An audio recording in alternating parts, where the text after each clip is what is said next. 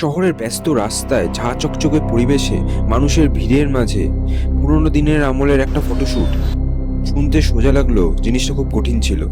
তো প্রচন্ড গরম। আচ্ছা, কেমন লাগলো শুট করে? খুব শোচনীয় অবস্থা।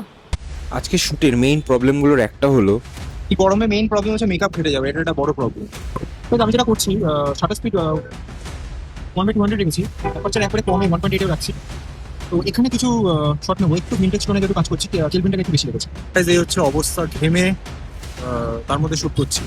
আর একটা যে মেইন প্রবলেম ছিল সেটা হচ্ছে এই মডার্ন শহরের মাঝখানে একটা পুরনো আমলের টেক্সচারকে ক্রিয়েট করা। তো সেজন্য আমরা ডালোসের এরিয়াটা সিলেক্ট করেছিলাম, যেখানে আমরা ইন্দো ওয়েস্টার্ন একটা টেক্সচার পাবো এবং তার পাশাপাশি আমি পুরনো টোনটাকে এডিটিংয়ের মাধ্যমে তুলে ধরতে পারবো।